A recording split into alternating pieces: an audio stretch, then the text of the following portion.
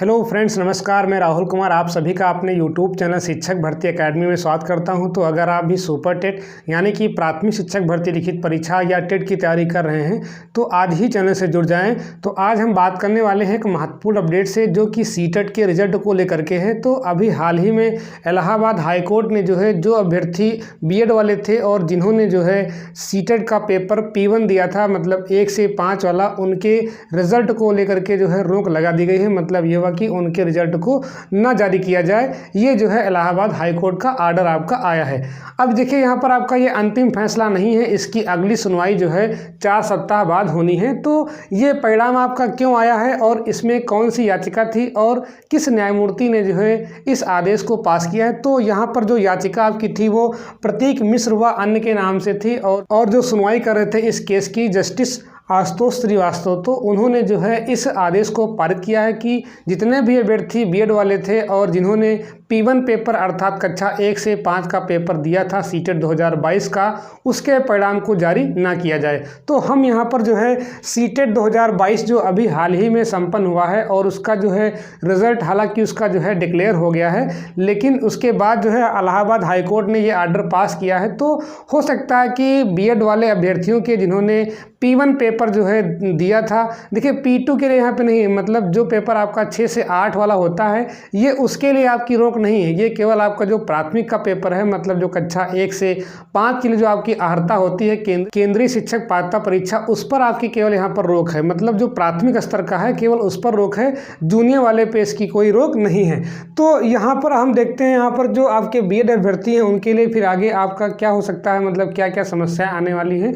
तो हालांकि ये आपका आर्डर क्यों आया है अगर हम देखें यहाँ पर, तो इसके पहले मैंने बताया था कि यहाँ पर राजस्थान हाईकोर्ट ने जो NCT में अमेंडमेंट हुआ था कि बीएड को प्राथमिक में शामिल कर लिया जाए, तो उसका जो भी अधिसूचना थी उसको निरस्त कर दिया था। मतलब ये हुआ कि जो राजस्थान हाईकोर्ट ने उस आदेश को निरस्त किया था जो NCT में अधिसूचना जारी हुई थी कि बीएड को प्राथमिक में शामिल किया जाए। तो उसी केस को आधार मान करके ये याचिका आपकी पड़ी थी और इस याचिका की सुनवाई में आपका ये आपका आदेश आया है। हालांकि ये आपका अंतिम आदेश नहीं है, इसकी सुनवाई अब 4 सप्ताह बाद होनी है। अब उस सुनवाई में क्या परिणाम आता है ये तो खैर वहाँ के वकीलों की बहस पर और न्यायमूर्ति पर निर्भर करता है कि वहाँ का आदेश कैसा आता है। अब यहाँ पर एक क्वेश्चन ये बनता है जो बीएड के अभ्यर्थी हैं कि उनका परिणाम क्या जारी होगा। तो जहाँ तक मेरा मानना है कि ये आपका कोर्ट का मैटर है, तो हो सकता है कि जो सीटेट है वो आपका परिणाम ना जारी करे, मतलब सर्टिफिकेट आपको इशू ना करे। तो उसमें परेशानियां क्या होने वाली हैं, जो भी अभी अभ्यर्थी KVS के इंटरव्यू में शामिल होने वाले हैं या जिनका अभी KVS में आपका इंटरव्यू हो गया है या होने वाला है, उनके लिए बड़ी समस्या होगी कि तो उनके लिए यहाँ पर समस्या हो जाएगी। क्योंकि यहाँ पर अगर आप सीटेट की बात कर रहे हैं तो यहाँ पर अगर आपका 22 में अगर आपका होता है तो इसका मतलब ये हुआ कि अगर आपका फैसला आता है BTC वालों के पक्ष में तो फिर आपकी एलिजिबिलिटी फिर प्राइमरी में ख़त्म हो जाएगी। तो कहने का मतलब ये हुआ कि यहाँ से आपकी समस्याएँ कई हो जाएंगी यहाँ पर।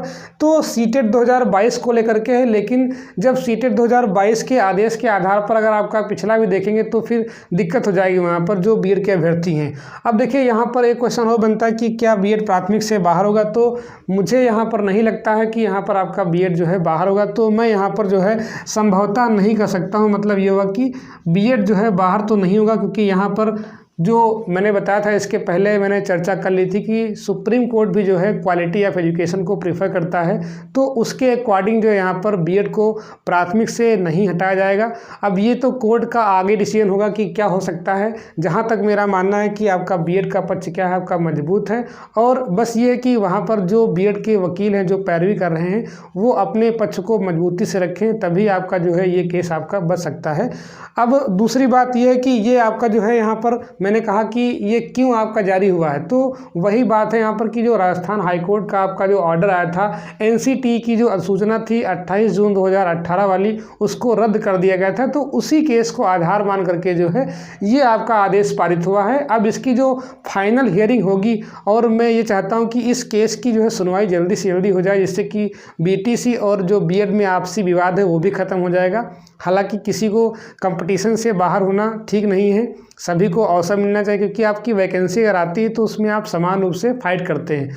और मैं तो ये कहता हूँ कि आप जो है बीटीसी और बीएड को सीधे इक्विवेलेंट कर दीजिए। मतलब ये हुआ कि जिस प्रकार से बीएड वाले क्या होते हैं, आपके जो है प्राइमरी में फॉर्म भर सकते हैं, फिर उसके बाद एलटी में आपका हो जाता है, टीजीटी में होता है, बीईओ में होता है, तो उसी प्रकार से जो है जो भी बीटीसी या डीएड वाले जो अभ्यर्थी होते हैं उनको भी जो है उसी प्रकार से अवसर दिया जाए।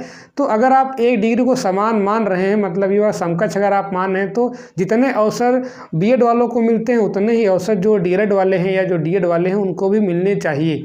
हालांकि यहाँ पर बाहर होंगे या नहीं होंगे, तो मेरे हिसाब से यहाँ पर आपका संभवतः बाहर नहीं होंगे। इसका प्रभाव क्या पड़ेगा कि जो आपके यहाँ पर केवीएस की जो भर्तियाँ चल रही हैं, या जो आगामी आपकी DSSB की वैकेंसी आएंगी, या जो आपका सुपर टेट आने वाला है, मतलब ये हुआ कि इसमें जो 2-3 आपकी वैकेंसी है, मतलब ये हुआ कि जो DSSB वगैरह आपकी यहाँ पर है, उसके बाद जो आपका अग्रिम आपका जो आने वाला सुपर टेट वगैरह है, ठीक है, जो यूपी में आपका होता है, उसको हम जो बोलते हैं क्या सुपर टेट बोल देते हैं, सुपर टेट।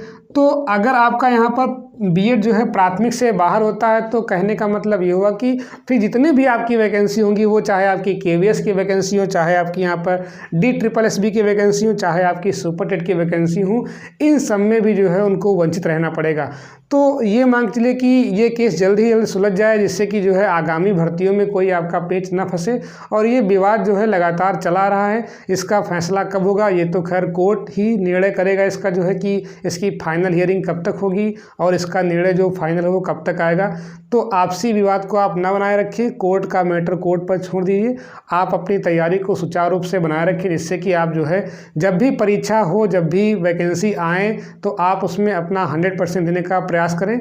आप कोर्ट के चक्कर में रहेंगे तो फिर फैसला पता नहीं कब आए, और जब भी आपका आएगा तो इसमें अब मेरे हिसाब से ये चीज़ें स्पष्ट बिल्कुल हो जानी चाहिए कि जो है अगर बीएड शामिल है तो शामिल है, अगर नहीं शामिल तो फिर नहीं शामिल। मतलब एक लाइन खींच दी जाए कि इससे कि जो है इस पार या उस पार बार बार ये विवाद होता रहता है, तो जो होते अभ्यर्थी होते हैं वो क्या होते हैं, लगातार जो है डिसअपॉइंट, मतलब ये हुआ कि डिप्रेशन में रहते हैं कि होगा या नहीं होगा। तो ये सब चीज़ें जो है बिल्कुल स्पष्ट हो जानी चाहिए। तो मेरा ये मानना है कि यहाँ पर आपका बीएड जो है शामिल होगा, बाहर नहीं होगा। और बीटीसी वाले भी जो है अपने कंपटीशन को मेंटेन रखें, जिससे कि जो है वो भी अपनी जब भी वैकेंसी आए तो अच्छे से फाइट करें और अपना चयन सुनिश्चित करें। इस वीडियो में इतना ही, अगले वीडियो मिलते हैं अगली अपडेट के साथ। Thanks for watching.